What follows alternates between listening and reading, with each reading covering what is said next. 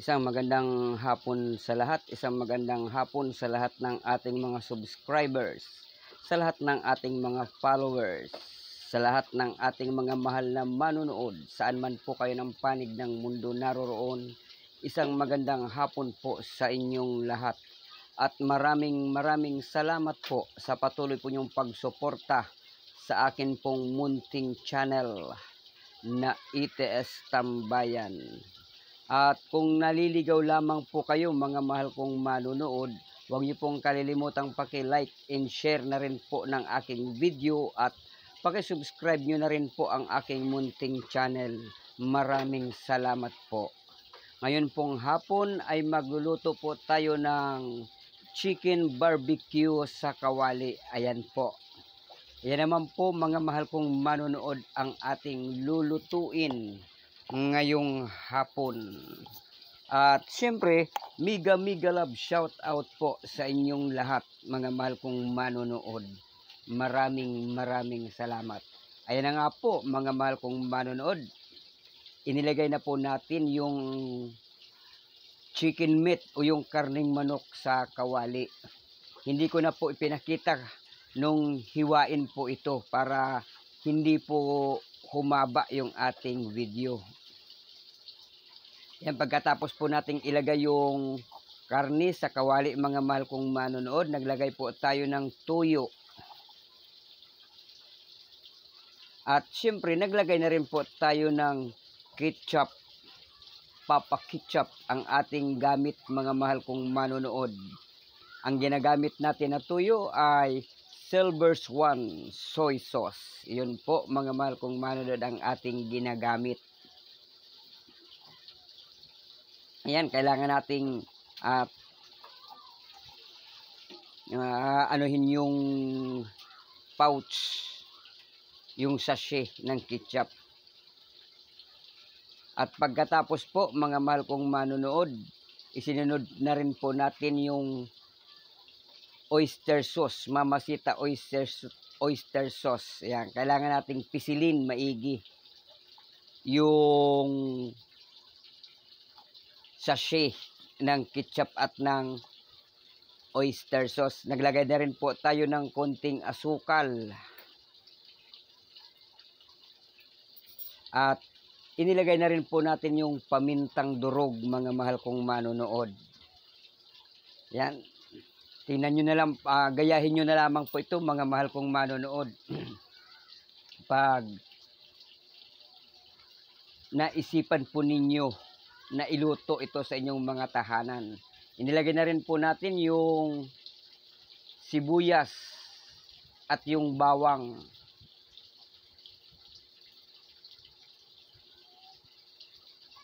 Hindi po kayo mapapahiya nito mga mahal kong manonood na ihanda sa inyong mga bisita o kaya sa mga okasyon sa inyong pong tahanan. Dahil ginagarantiyahan ko po sa inyo mga mahal kong manonood na masarap po ito. Yan, haluin natin ng maigi.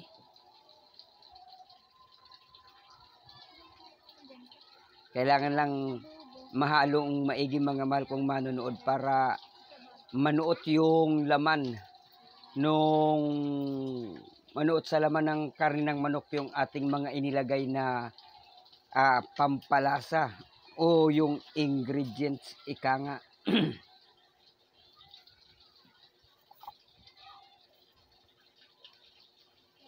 Yan, halo dito, halo doon. At mega love shout out po sa inyong lahat mga mahal kong manonood. Maraming salamat po. Huwag niyo pong kalilimutang paki-subscribe naman po ninyo ang aking munting tahanan. Ayan. Isinalang na po natin ito mga mahal kong manonood. Inilagay natin ito sa lutuan para maumpisahan na natin.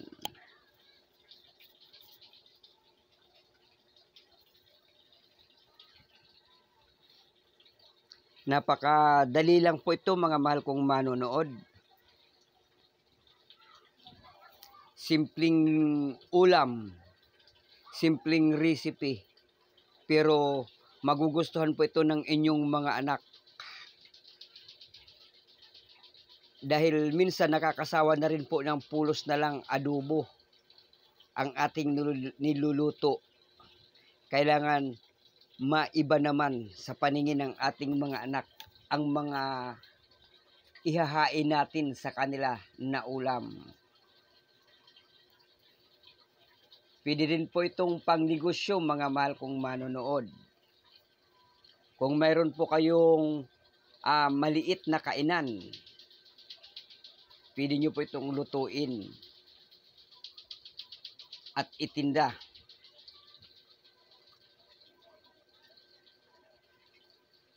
Ayan, tingnan nyo po mga mahal kong manood. Hinahayaan lang po natin na kumulo yung ating niluluto.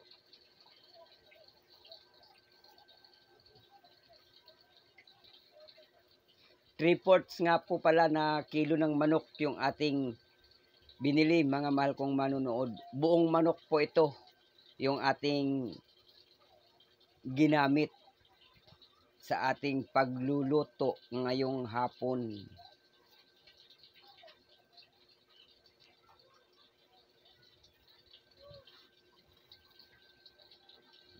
Yan, kitang-kita nyo po mga mahal kong manonood. Kailangan lang patuyuin natin yung mga inilagay natin. Yung pong bang maging malapot siya.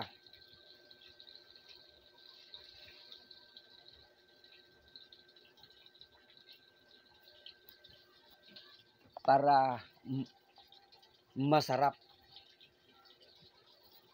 Nanunuot sa laman ng karning manok.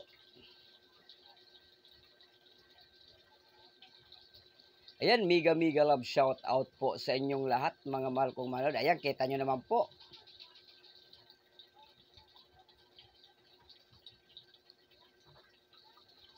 Haluin natin ng maigi para maging pantay-pantay ang pagkaluto at pantay-pantay ang lasa sa bawat kagat na ating gagawin.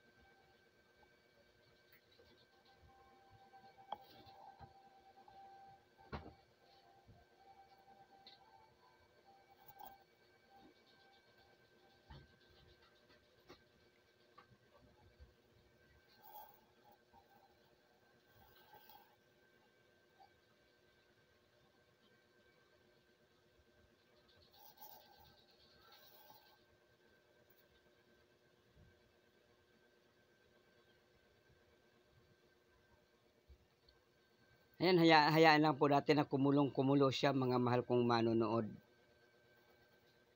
At paminsan-minsan po ay hahaluin natin para maging pantay-pantay.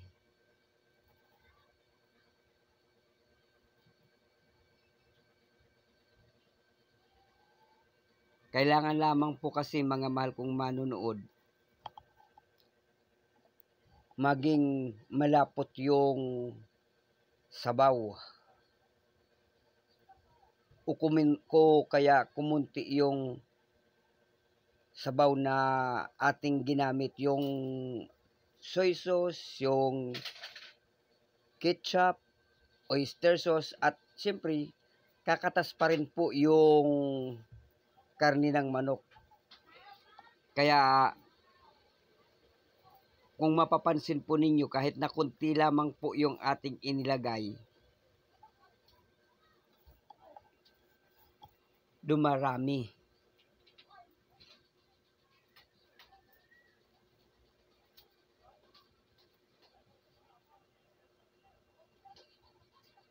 Ang kagandahan po nito mga mahal kong manonood, hindi na po tayo nagamit ng mantika, hindi po tayo naggisa.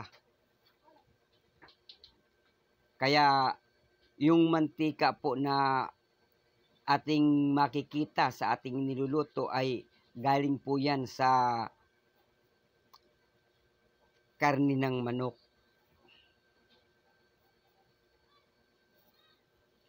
Bali, pinakatas lamang po natin.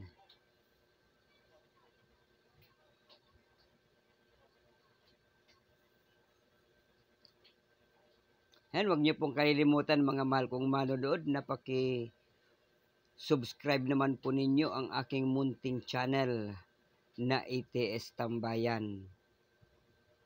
At mega love shout out po sa inyong lahat. Maraming salamat po mga mahal kong manonood.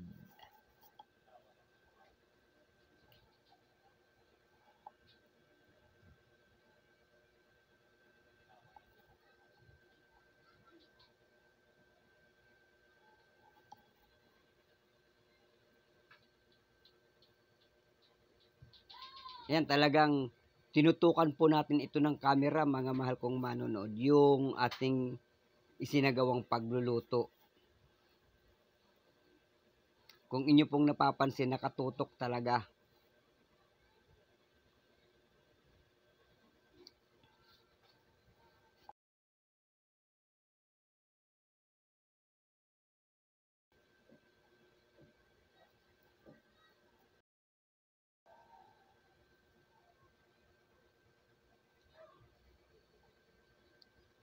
Sa atin po palang pagluluto ng ganito mga mahal kong manonood, huwag po tayong masyadong lalapit. Dahil baka po tumilamsik o tumilapon yung ating niluluto pag kumukulo po, kasi minsan pumipisik po yan, baka matamaan po tayo. Kaya pag ganito pong tayo nagluluto at open lamang po siya, kailangan malayo po tayo mga mahal kong manonood para maiwasan po natin na mapaso.